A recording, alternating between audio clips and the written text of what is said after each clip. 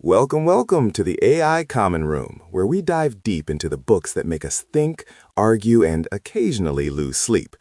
Today, we're tackling a true classic, a foundational text of Gothic literature and science fiction, Mary Shelley's Frankenstein, or the Modern Prometheus. Albert, Isaac, glad to have you both here. Glad to be here, Aristo. And Frankenstein? It's so much more than just a monster story. It's a tragedy, a philosophical treatise, and honestly, a bit of a psychological thriller. I'm buzzing to get into it. It's certainly dense. More literary than I expected for something that spawned Universal monster movies. And a lot less monster than Incompetent Parent. That's my main takeaway. Incompetent parent. That's a strong start, Isaac. I found myself constantly debating who the real monster was, or if there even was one. But before we get to Victor and his progeny, we have to talk about how we even get to a story. The framing device, Robert Walton's letters. What did you make of Walton, his ambition, and his connection to Victor? Walton is fascinating. He's our first modern Prometheus, isn't he? This unbridled ambition to explore the unknown, to conquer nature, to achieve glory. He dreams of satiating his ardent curiosity and discovering wondrous power. It's almost a mirror image of Victor, but crucially, he gets a chance to learn from Victor's mistakes. Well, he gets a chance. Whether he learns is another matter. He's out there in the freezing north, chasing some mythical passage, driven by vanity more than anything. My life might have been passed in ease and luxury, he writes, but I preferred glory to every enticement that wealth placed in my path. It screams red flags from the first page. You see it as vanity, Isaac. I saw it as a kind of naive idealism, bordering on hubris. He longs for a friend, someone to share his triumphs and buoy him in despair, which makes his eventual encounter with Victor all the more poignant. He finds that friend, but that friend is broken. Exactly. He's looking for a soulmate to perfect his weak and faulty natures, to regulate his mind. He even laments being self-educated, feeling he needs guidance. That desire for connection, for intellectual and emotional companionship, is what makes him vulnerable to Victor's tale. He's primed to understand Victor's ambition, even if he eventually recoils from its consequences. He should recoil. Victor's story is a cautionary tale, not an inspiration. And Walton, even when he says he's sympathetic, is still fascinated by Victor's intuitive discernment and unparalleled eloquence. He's drawn to the charismatic brokenness, not just the warning. He practically hero worships him at first. He does, doesn't he? It's that blend of admiration and pity. Walton's initial description of Victor as this noble creature destroyed by misery, who elevates his soul despite his brokenness. It really sets the stage for us, the readers, to see Victor as something more than just a mad scientist. It humanizes him, even before we hear his story. And the irony is, Walton wants to achieve dominion over the elemental foes of our race, which is exactly what Victor was trying to do in a different way. He even describes his ambition in terms that sound almost identical to Victor's later motivations. One man's life or death were but a small price to pay for the acquirement of the knowledge which I sought. That's chilling. Chilling, yes, but not entirely surprising. Walton is pursuing the same course, exposing himself to the same dangers. Victor even points it out. Do you share my madness? Have you drunk also of the intoxicating draught? It's a direct warning, but Walton is already halfway there, already drunk on the idea of discovery. And it's only after Victor recounts his entire story, the full scope of his suffering, that Walton's crew finally persuades him to turn back. It's a delayed reaction, but it happens. So let's jump into Victor's childhood. What struck you about his upbringing? Because it sounds idyllic, almost too perfect. It's saccharine, almost unreal. He's born into wealth and doting parents, especially his mother, Caroline Beaufort. She's depicted as this angelic figure, rescuing Elizabeth Lavenza, who then becomes Victor's more-than-sister, his promised gift. It's like a fairy tale, setting him up for a fall. Mine to protect, love, and cherish, he says of Elizabeth. Sounds less like a brotherly affection and more like an acquisition. Even from childhood, he sees people as possessions, objects to be molded or claimed. It's a very subtle foreshadowing of how he'll treat the creature. That's a sharp observation, Isaac. This idea of Elizabeth as a possession really highlights a patriarchal undercurrent, doesn't it? She's a beautiful object, a prize, rather than a fully autonomous individual. And the parents, while benevolent, also seem to treat their children as extensions of themselves, directing their future lot to happiness or misery. And his parents are almost too protective. They shield Caroline from every rougher wind, and then Victor from the realities of the world. He's guided by a silken cord, as he puts it, and his childhood is one train of enjoyment. When he goes off to university, it's the first time he's truly alone, and that isolation is key. It's less protection, more infantilization. He lives in a bubble, so when he encounters anything remotely challenging, he's completely unprepared. This supposedly perfect upbringing actually leaves him incredibly vulnerable to his own unchecked ambitions. Let's talk about that ambition. His early intellectual development is equally telling. He describes himself as having a thirst for knowledge, specifically the secrets of heaven and earth. He dives into Cornelius Agrippa, Paracelsus, Albertus Magnus, these ancient alchemists. Oh, his fascination with the occult sciences. It's such a pivotal moment. His father dismisses Agrippa as sad trash, which ironically only fuels Victor's interest. If his father had explained why these systems were exploded, perhaps things would have been different. That casual dismissal is a monumental parental failure. Agreed. A terrible failure. And a perfect illustration of how parents can subtly steer their children into ruin.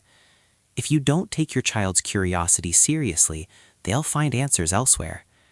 Victor was looking for grand, sweeping answers. Immortality, the philosopher's stone.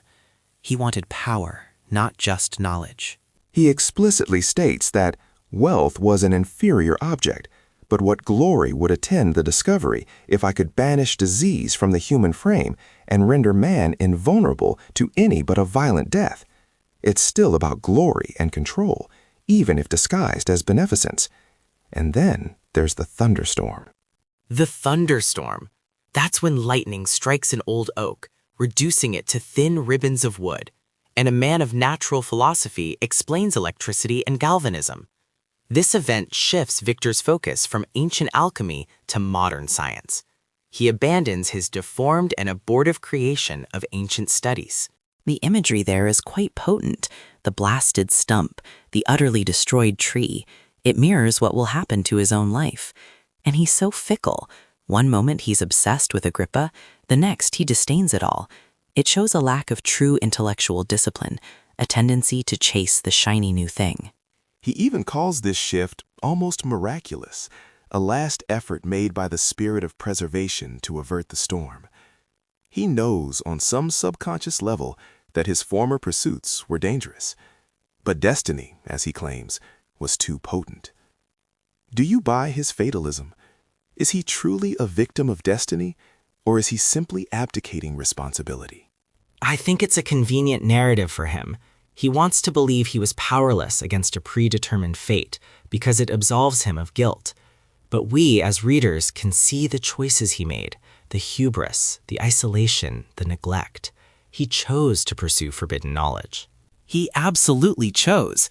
He was ardently desirous of the acquisition of knowledge. He's a product of his own character flaws, not some cosmic decree.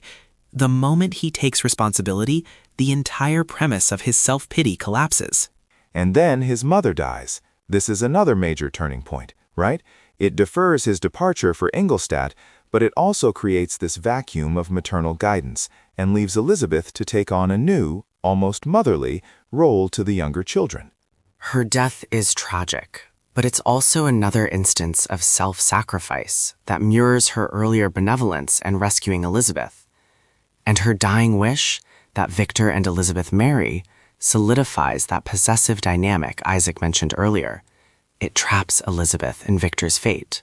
It's a heavy burden to put on children, especially a dying wish that's more a demand than a hope. And Victor, ever the self-absorbed, mostly focuses on his own sorrow, his unwillingness to quit the sight of those that remain to me. He's not thinking about Elizabeth's grief. And then he goes to Ingolstadt. This is where he fully immerses himself in science, driven by a new professor, M. Waldman. Krempe is the gruff professor who dismisses his alchemy, but Waldman is the enabler. M. Waldman. He's the velvet-gloved hand that leads Victor down the path of destruction. He acknowledges the indefatigable zeal of the ancient alchemists, but then launches into a panegyric upon modern chemistry, extolling how modern masters have acquired new and almost unlimited powers. They can command the thunders of heaven, mimic the earthquake, and even mock the invisible world with its own shadows. That's Victor's ego food right there. Waldman is dangerous because he validates Victor's deepest desires under the guise of scientific progress. He makes Victor feel like he's not just dabbling in chimeras of boundless grandeur, but actually pursuing realities of little worth. It's exactly what Victor wanted to hear, that modern science, with its unlimited powers, can achieve the grand visions of the alchemists. Such were the professor's words. Rather, let me say, such the words of the fate announced to destroy me. He still blames fate, you see.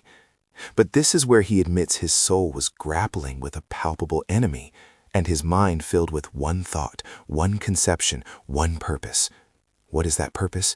To pioneer a new way, explore unknown powers, and unfold to the world the deepest mysteries of creation. He wants to play God. And the sheer hubris of it. He wants both validation and unprecedented glory. It's a very human, very dangerous combination. And he doesn't just want to understand nature, he wants to command it. He talks about acquiring dominion over the elemental foes of our race. It's an act of defiance against the natural order, not just scientific inquiry. So he dedicates himself. He isolates himself. Spends night and day in laboratories and charnel houses. What's the emotional and psychological toll of this work on Victor? He becomes a wreck. He describes his eyes as often insensible to the beautiful in nature, and his mind engrossed by one pursuit. He neglects his friends, his family, even his own physical well-being. He's consumed. It's an addiction, really. He's chasing that one conception, one purpose, and everything else falls away. He becomes utterly obsessed. He shunned his fellow creatures, buried himself in his laboratory. This isn't just dedication. It's a descent into madness fueled by egomania. He's cutting himself off from humanity, the very thing he claims to be benefiting. And what he's doing is ethically murky, to say the least. He's gathering body parts from the dissecting room and the slaughterhouse. It's gruesome, and he seems to have no moral qualms at all, just a feverish drive. The ethical implications are completely absent from his narrative at this point. He's so focused on the how that the should never even enters his mind. He's so intent on conquering death that he doesn't consider the implications of creating life. The scale of the creature also raises questions. Why make it 8 feet tall, proportionally wide? It's almost as if he intuitively knows it will be repulsive, or he wants to make it a grander, more powerful being. He wants to make it superhuman, a new species. The grandiosity is staggering, and he's working with unhallowed arts, profane fingers. Even he acknowledges later that what he was doing was unnatural. But at the time, the thrill of discovery overrides everything. And then the moment of creation arrives. Chapter 5. It's one of the most iconic scenes in literature. The moment of creation is almost anticlimactic in its prose, yet devastating in its impact. He uses all the minute machinery of his work to infuse a spark of being into the lifeless thing. And then it opens its dull yellow eye, and Victor recoils immediately, utterly. He's horrified. The beauty of the dream vanished, and breathless horror and disgust filled my heart. He calls it a catastrophe. He spent 2 years creating this, neglecting everything, and his first reaction is abject revulsion. That's the critical point, isn't it? He abandons it. Abandonment. This is where he truly becomes the monster, in my opinion. He creates life, then immediately rejects it. He flees, leaving his creation alone and terrified. What does this immediate rejection say about Victor's character? It reveals his utter immaturity and selfishness. He only cared about the act of creation, the glory, the intellectual challenge. He didn't think about the responsibility that came with it. The creature is not the beautiful new species he envisioned, so he can't bear to look at it. He's a child who built a toy and then threw it away because it didn't look exactly like the picture on the box. And he falls ill, both physically and mentally. This isn't just exhaustion, it's a psychological breakdown from the horror of his own actions. He's literally sickened by what he's done, but still not enough to confront it. His illness is interrupted by the arrival of Henry Clerval, his childhood friend. Clerval, who embodies everything Victor isn't: kindness, empathy, a love for the moral relations of things. Clerval is the moral compass Victor utterly lacks. He brings light, art, poetry back into Victor's darkened world. He acts as a caretaker, nursing Victor back to health, totally unaware of the monstrous secret lurking nearby. It's heartbreaking, knowing what eventually happens to him. Clerval is also completely oblivious, which is a common thread for almost everyone around Victor. He keeps this monumental secret, which eats him alive and endangers everyone he loves. It's not just a secret, it's a ticking time bomb. So, after recovering, Victor decides to return to Geneva. But before he leaves Ingolstadt, he sees the creature again, lurking. This brief glimpse reignites his terror. And then he receives a letter from his father. William, his youngest brother, has been murdered. The murder of William. That's the first direct consequence of Victor's abandonment, though he doesn't realize it immediately. The letter from his father is full of grief, but also a renewed sense of responsibility for Elizabeth, who has taken on the role of mother to the younger children. And the fact that Elizabeth gives William a miniature of their mother, which is found on the body, it implicates her without her even knowing. It's a cruel twist of fate, or rather, the creature's cruel twist. And Victor immediately suspects the creature when he sees it near Geneva, but he doesn't tell anyone. Another critical failure to act. He keeps his secret, even as it destroys his family. And then, the ultimate injustice, Justine Moritz, a beloved servant, is accused and convicted of William's murder based on circumstantial evidence, primarily that miniature. Victor knows the truth, but remains silent. This is perhaps Victor's most morally reprehensible act. He allows an innocent woman to be condemned and executed rather than reveal his monstrous secret. He's paralyzed by fear, but it's a selfish fear, a fear of public ridicule and his own culpability. He tells himself, "Who would believe me?" But it's more than that. It's a complete abdication of responsibility. It's cowardice, plain and simple. He values his own reputation and peace of mind over the life of an innocent woman. He actively chooses not to speak, and that makes him complicit in her death. He may not have created the creature to kill, but his inaction allows it to continue. After Justine's execution, Victor descends into deeper despair and guilt. He retreats, wandering alone in the Alps, and it's there, amidst the sublime beauty of nature, that he encounters the creature again, and the creature finally speaks. This is where the novel truly shifts. We get the creature's perspective, and it's a revelation. He's articulate, intelligent, philosophical, and deeply suffering. He doesn't just roar, he argues. He demands justice and understanding. And he makes a very compelling case. He recounts his early days, his confusion, his loneliness. He's taught himself language by observing the de Lacy family. He learned about human society, love, and compassion, all while being utterly rejected for his appearance. His narrative, starting in chapter 11, is so powerful. He describes being born into the world helpless and miserable, experiencing sensations without understanding them. His first encounters with humanity are all violent rejections. The villagers scream, throw stones. The creature's education through observing the DeLacy's is truly poignant. He learns about family, kindness, and virtue, but he also learns about prejudice and the arbitrary nature of human judgment. He sees himself reflected in their reactions to him. He is a monster to them, purely based on his appearance. His desire for connection, for acceptance, is so strong. He yearns for a place in their loving family, but he knows his appearance will preclude it. And when he finally tries to introduce himself to the blind father, hoping his voice and words will win them over, the younger DeLacy's return and drive him away with violence. It's a devastating blow. He describes how darkness came over me, and I felt the fiend enter my heart. That's the turning point for him, isn't it? That final rejection by the DeLacy's. He burns down their cottage in a fit of rage and despair. It's the birth of his vengeful side. He wasn't born evil, he was made so by human cruelty and rejection.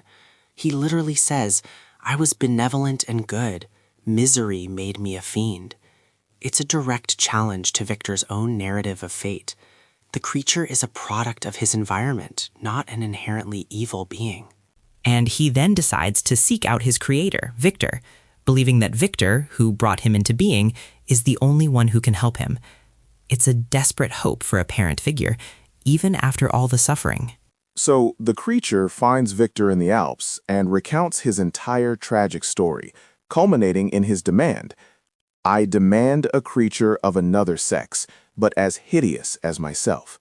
He wants a companion, an Eve for his Adam. This is the creature's plea for love, for acceptance, for someone who will not recoil from him. He promises to leave humanity alone, to retreat to the wilds of South America, if only Victor will grant him this one thing. It's a remarkably reasonable demand, considering his suffering. Reasonable? He's threatening Victor's family. He explicitly states that if Victor doesn't comply, he will glut his vengeance on you and on your relatives. It's blackmail wrapped in a sob story. And Victor, after much internal debate, agrees. He does, but reluctantly. He debates for chapters, initially refusing, then feeling a flicker of compassion, then fearing the implications. He sees the justice of his argument and his own duty. He's finally acknowledging his responsibility, at least partially. But his fear quickly returns. He's worried about creating a race of devils who might overrun the earth, or the two creatures might hate each other, or they might abandon humanity and destroy it. All valid concerns, but they also mask his underlying fear of creating another being that he might be responsible for. He agrees, but he does it out of fear, not genuine compassion. He's trying to protect himself and his remaining family. He postpones his marriage to Elizabeth to go to England to perform this new dreadful task. He travels with Clerval, again, oblivious Clerval. He describes his journey across Europe, but his mind is consumed by the task. He isolates himself on an island in Scotland to begin his work, while Clerval continues to explore and enjoy the world. The contrast is stark. Clerval represents the joy of learning and exploration for its own sake, the beauty of human connection.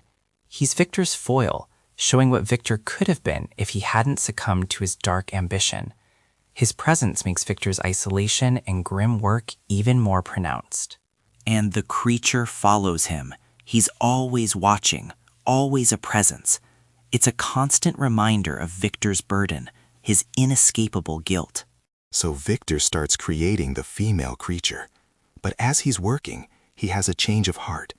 He imagines her abhorring the male, or breeding a new race, or even the male refusing her. And then he sees the creature watching him through the window. That moment, the creature's face, malignant and devilish, observing him. It's the moment Victor decides to destroy the female creature, tearing her to pieces in front of the male. This is the ultimate betrayal, isn't it? The creature's last hope for companionship, shattered before his eyes. It's savage. He justifies it by saying he fears the potential consequences, but it's also a deeply cruel act. He denies the creature the very thing he himself values, companionship. And the creature's reaction is predictable. I will be with you on your wedding night. That's the declaration of war. And it is war. Victor tries to dispose of the remains of the female creature at sea, falls asleep, and ends up in Ireland. There, he's accused of murder, the murder of Henry Clerval. The creature's vengeance is precise and devastating. He fulfills his threat, targeting Victor's closest friend. Clerval, the innocent, the good, pays the ultimate price for Victor's hubris and cowardice. It's truly a horrifying moment. And Victor goes into another breakdown. He's jailed, then acquitted, and is nursed back to health by his father. The cycle of illness, recovery, and tragedy continues. He's essentially a child himself, unable to cope with the consequences of his actions. He returns to Geneva, resolved to marry Elizabeth, but he's filled with dread about the creature's threat. He carries pistols, he's constantly on guard, but he doesn't tell Elizabeth or his father the real reason for his fear. He still keeps the secret. Even when it's clear his family is in mortal danger, he can't bring himself to confess. He believes the creature means to kill him on his wedding night, which just goes to show how self-centered he is. He completely misunderstands the creature's threat. He's still protecting his reputation, even as the walls close in. He lets Elizabeth remain in blissful ignorance, which is an act of incredible cruelty. He brings her to the brink of marriage, knowing she's a target, without giving her any agency to protect herself. So on their wedding night, in the privacy of their bridal chamber, Elizabeth is murdered. The creature's vengeance is complete, leaving Victor utterly broken. This is the creature's ultimate act of revenge, and it's symmetrical to Victor's destruction of the female creature. Victor destroyed the creature's hope for companionship. The creature destroys Victor's. And it's a direct consequence of Victor's earlier choices, his abandonment, his cowardice. It's the moment Victor deserves in a way. Not that Elizabeth deserved it, but Victor brought this upon himself and his loved ones through his monstrous selfishness. His father dies of grief shortly after, completing Victor's isolation. He's lost everyone. He confesses his story to a magistrate who, predictably, disbelieves him. He then dedicates his life to pursuing the creature, to seeking revenge. This leads him, of course, to the Arctic, where Walton finds him. The chase across the globe, especially to the desolate Arctic, symbolizes their inescapable bond. They are forever linked, predator and prey, creator and creation. Victor's final ambition is not glory, but revenge. It's a complete inversion of his earlier dreams. And he dies there, consumed by his hatred and his suffering. A fitting end for a man who refused to take responsibility. And then, the creature appears again, to Walton after Victor's death. And in his final monologue, the creature expresses profound grief and despair. He's lost his creator, the only one he had a connection to, however fraught. His final monologue is such a powerful moment of catharsis. He acknowledges his crimes, but also reaffirms his suffering, his deep sorrow. He mourns Victor despite everything, recognizing their shared fate. He tells Walton, "My heart was fashioned for love and sympathy. I am an outcast in the world forever." He plans to burn himself on a funeral pyre, seeking oblivion. It's a tragic end to a tragic figure. It's a little too convenient, isn't it? He expresses remorse after everyone is dead. He killed children, a servant, a best friend, and a bride. His remorse, while perhaps genuine, doesn't erase the trail of destruction. And he promises to burn himself, but we never see it. It's left open. That's a good point, Isaac. Is his remorse genuine, or just another act of self-pity? But it brings us back to that central question. Who is the real monster? Victor, the creator who abandoned and rejected his creation, or the creature who, driven by suffering and revenge, commits horrific acts? I think it's a nuanced answer, Aristo. The creature is monstrous in his actions, but his monstrousness is a product of Victor's actions. Victor created him, imbued him with immense physical strength and sensitivity, then abandoned him to a world that could only reject him. The creature's violence is a reaction to profound injustice and loneliness. So you're saying Victor is more of a monster? Because the creature makes active choices to commit murder. Victor's choices are primarily failures of responsibility, abandonment, but the creatures are deliberate acts of malice. I think Shelley complicates that. The creature is born innocent, a tabula rasa. He learns about good and evil from observing humanity, and his descent into villainy is directly proportional to the suffering and rejection he experiences. Victor, on the other hand, is born into privilege, educated, and chooses to pursue forbidden knowledge, chooses to abandon his creation, chooses to let Justine die. Exactly. Victor has every advantage, every opportunity to make moral choices, and he consistently fails.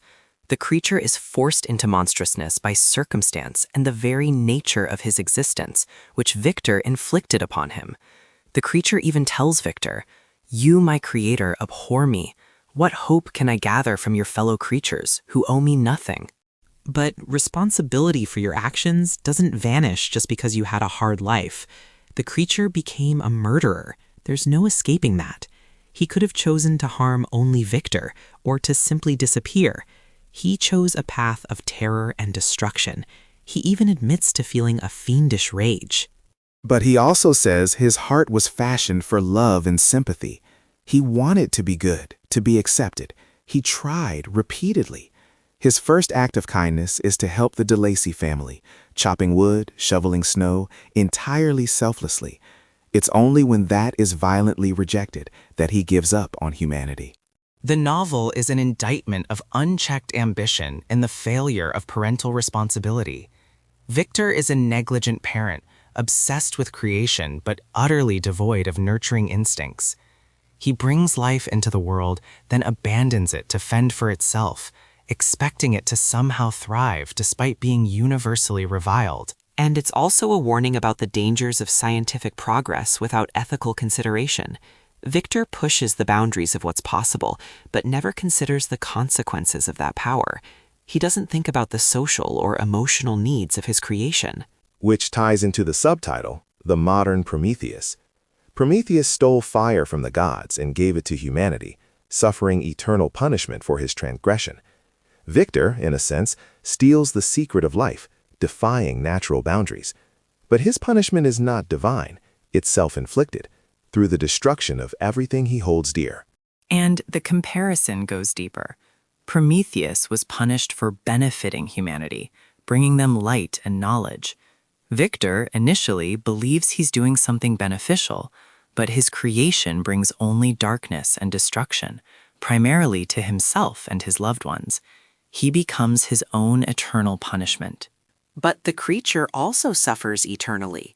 He doesn't just inflict pain, he experiences it. His existence is defined by loneliness and rejection. So in a way, both of them are modern Prometheuses, suffering for their respective transgressions, one for creating, the other for existing. That's a fascinating interpretation, Isaac, that the creature is also a Prometheus figure. He's certainly an outcast, persecuted for something he didn't choose. And his journey to self-awareness and learning is a kind of striving, too. And the novel raises questions about what it means to be human. Is it just biology? Or is it empathy, connection, acceptance? The creature, despite his appearance, often exhibits more human qualities of yearning and suffering than Victor, who seems devoid of genuine empathy until it's too late. I wouldn't go that far. Victor clearly feels emotions, terror, grief, guilt. He just doesn't act on them in a constructive way. He's reactive, not proactive. And his capacity for self-deception is truly astounding. He constantly finds ways to justify his inaction. Speaking of self-deception, what about the role of nature in the novel? It's often depicted as sublime and restorative, yet also vast and indifferent. Victor seeks solace in the mountains, but they also serve as the backdrop for his darkest encounters with the creature. Nature is a mirror to their souls. When Victor is troubled, it's stormy and desolate.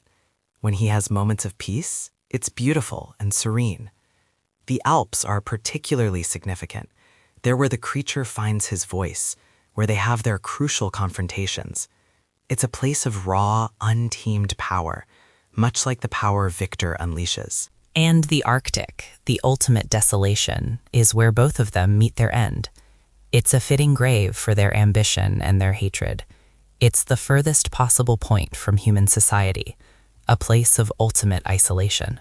Let's talk about the psychological depth. The novel is often read as an exploration of the unconscious, of repressed desires. The creature as Victor's shadow self, perhaps, the monstrous embodiment of his hidden ambitions and fears. Absolutely.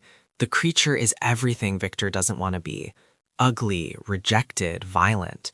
By externalizing these aspects into a separate being, Victor tries to escape responsibility for them. But the creature is a constant physical reminder of his internal darkness. It's like a gothic version of Jungian shadow integration, but where Victor fails spectacularly. It's a convenient metaphor, but I think it risks letting Victor off the hook. He created a literal creature, not just a psychological projection. He can't simply blame his subconscious. The creature is real, and he kills real people. But the psychological reading doesn't absolve Victor, it deepens his culpability. He creates this physical embodiment of his hidden desires and then rejects it, leading to its destructive behavior. It suggests that if he had acknowledged and integrated those dark aspects of himself, the tragedy might have been averted. It's about owning your creations, internal and external. And the language Shelley uses is so evocative of this internal struggle. Victor constantly describes himself as torn, racked, tortured by his emotions. He's a battleground for his own conflicting impulses, ambition versus conscience, love versus fear. And his constant illness is almost a physical manifestation of that internal conflict. He literally cannot bear the weight of his own actions, so his body breaks down. What about the role of women in the novel?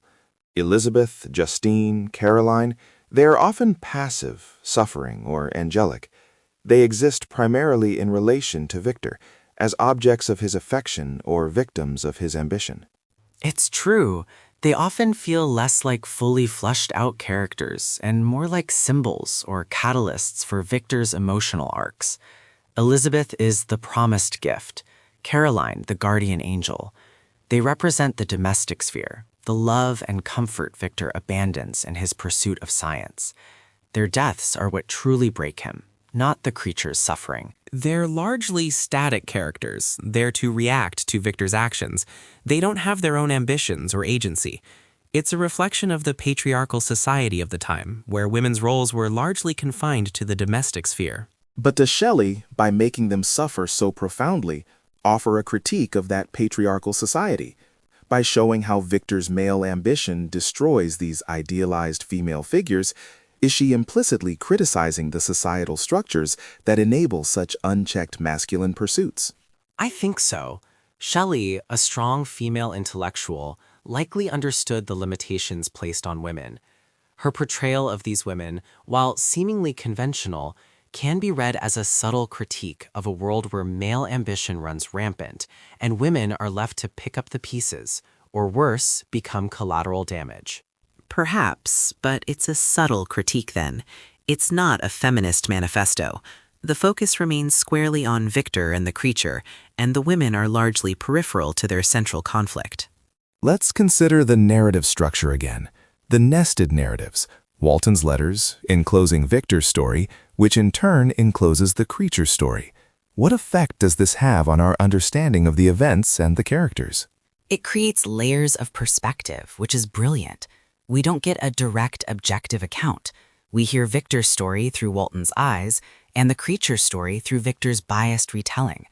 It forces us to question reliability, to read between the lines, and to sympathize with different viewpoints. It makes it less a simple good versus evil tale and more a complex exploration of perception and interpretation. It's a way to manipulate the reader, too. Walton is already sympathetic to Victor, so we're introduced to Victor's narrative with that initial bias. And Victor is a master of self-pity and selective memory. We're given his version of the creature story, which, while powerful, is still filtered. That filter makes us, the readers, active participants. We have to constantly evaluate the information, decide who to trust, and form our own judgments. It's not just handed to us. And by the time we hear the creature's story, we've already formed strong opinions, which are then challenged. It's a fantastic literary device for a novel about judgment and prejudice. We're literally enacting the same kind of judgment calls that the characters in the book are making about the creature. But it also means we never truly get an unfiltered perspective from the creature. Even his words are recorded by Victor and then relayed by Walton. It keeps him at a distance, always mediated. That distance might be intentional. It reinforces his otherness, his status as an outcast, even in narrative form. We can sympathize with his words, but his true, unmediated experience remains somewhat inaccessible. And the novel's enduring power speaks to its timeless themes: the dangers of scientific hubris, the importance of empathy, the profound consequences of neglect, and the fluid nature of good and evil. It's a story that continues to resonate because these questions are still relevant today. Absolutely.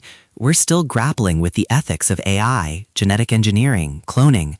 What responsibilities do we have to our creations, whether they're algorithms or biological entities? Shelley was asking these questions 2 centuries ago.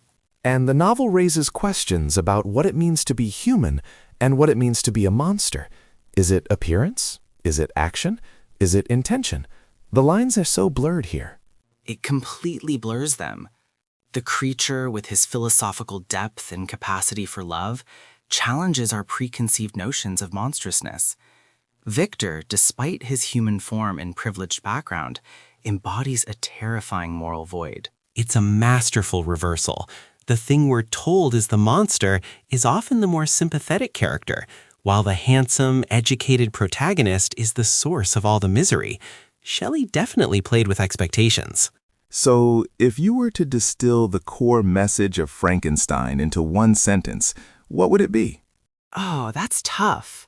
I'd say unchecked ambition, devoid of responsibility and empathy, inevitably leads to catastrophic isolation and destruction for both creator and created. Mine would be simpler. Don't create something you're not willing to love and care for. Or, more bluntly, don't be a terrible parent. Both excellent and very much to the point. I think I'd go with the true horror lies not in the creation, but in the creator's abandonment and subsequent failure to acknowledge moral responsibility. Those are all good, and it really makes you think about how we define responsibility today. When we create complex AI, for instance, what moral obligations do we have to its well-being or rights? It's not just a science fiction question anymore. It's not, and well-being for a digital entity is a whole different can of worms.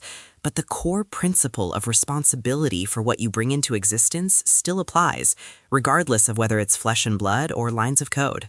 And the idea that neglect can be as destructive as overt malice. Victor doesn't actively set out to harm the creature at first. He just abandons it. But that abandonment is the genesis of all the subsequent violence. It's a powerful lesson, and one we still seem to struggle with, even in parenting or social policy. The idea that if you don't nurture and support a vulnerable being, it can turn into something destructive, not because it was inherently evil, but because it was denied what it needed. The novel is incredibly prescient in that sense. It speaks to so many aspects of the human condition, even beyond the scientific questions. It's about social isolation, the need for belonging, the consequences of prejudice. It truly is. I mean, we've gone deep here, and I feel like we could keep going for another hour just on the creature's education and his arguments. His ability to articulate his suffering, his readings of Paradise Lost and Plutarch's Lives. Oh, the creature reading Paradise Lost and identifying with Satan. That's another brilliant moment. He sees himself as Adam, abandoned by his creator, but also as Satan, cast out and consumed by vengeance. He's this literary critic in his own right, using these texts to understand his own monstrous condition. And he uses these incredibly sophisticated arguments, comparing himself to Adam, then feeling more kinship with Satan. It's another way Shelley makes him so much more complex than a simple monster. He's a product of culture, not just biology. He's read all the books Victor neglected. He uses those texts to construct his identity, to make sense of his place in a world that rejects him. He's constantly trying to find a framework to understand his existence, and that makes his eventual descent into revenge all the more tragic, because you see the potential for good, for philosophy, for connection. Exactly. He wants to be good. He performs acts of kindness towards the de Lacys, but every single attempt at connection is met with horror and violence. He systematically denied the very things he learns to value from human society. Which makes Victor's abandonment even more unforgivable. He creates this highly intelligent, sensitive being, then leaves it to navigate a hostile world alone. It's like building a supercar and then leaving it in a ditch, expecting it to win races. And the creature's arguments to Victor for a companion are so compelling, because they're rooted in those experiences. He understands the profound human need for companionship, for someone to reflect your being, someone who won't judge you solely on appearance. He tells Victor that he is miserable beyond all living things, and that a companion as hideous as myself would be enough to alleviate his suffering and make him benevolent. It's a final, desperate plea for a chance at a normal existence, however isolated. But Victor's fear overwhelms any sense of duty or empathy. He visualizes a race of devils populating the earth, or the female creature rebelling against the male. He projects all his own fears and anxieties onto the potential new beings. It's Victor's failure of imagination, isn't it? He can only imagine the worst-case scenario, unable to conceive of a future where his creations might find peace, or even contribute positively. He never considers that two outcast beings, finding each other, might simply live quietly and harmlessly, as the creature promises. He's incapable of seeing beyond his own immediate disgust and terror. He fears the unknown, and he fears the consequences of his power. He's trapped by his own limitations, even as he strives to transcend them scientifically. It's a profound lack of trust, both in his creations and in himself. He doesn't trust the creature to keep its word, and he doesn't trust his own ability to manage the situation he's created. And so, he destroys the female, sealing not only the creature's fate, but his own. The wedding night threat is fulfilled, and the cycle of vengeance consumes them both. What a tragic dance they perform. A truly tragic dance. And it all begins with that first moment of creation and the immediate, visceral rejection. If Victor had just stayed, if he had just tried to understand. But he didn't, and that's the story. We can't wish away his bad choices. Indeed. So, to our listeners, after hearing our discussion, which character do you find yourself sympathizing with more? Victor, the tormented creator, or the creature, the abandoned creation? Let us know in the comments. And if you enjoyed this deep dive, please remember to subscribe and hit that notification bell. We're always brewing up new literary explorations, and you won't want to miss our next unraveling. Or don't. Your choice. But if you want more of us disagreeing, then yes, subscribe. Always a pleasure, gentlemen. Until next time, keep reading, keep thinking, and keep those conversations going.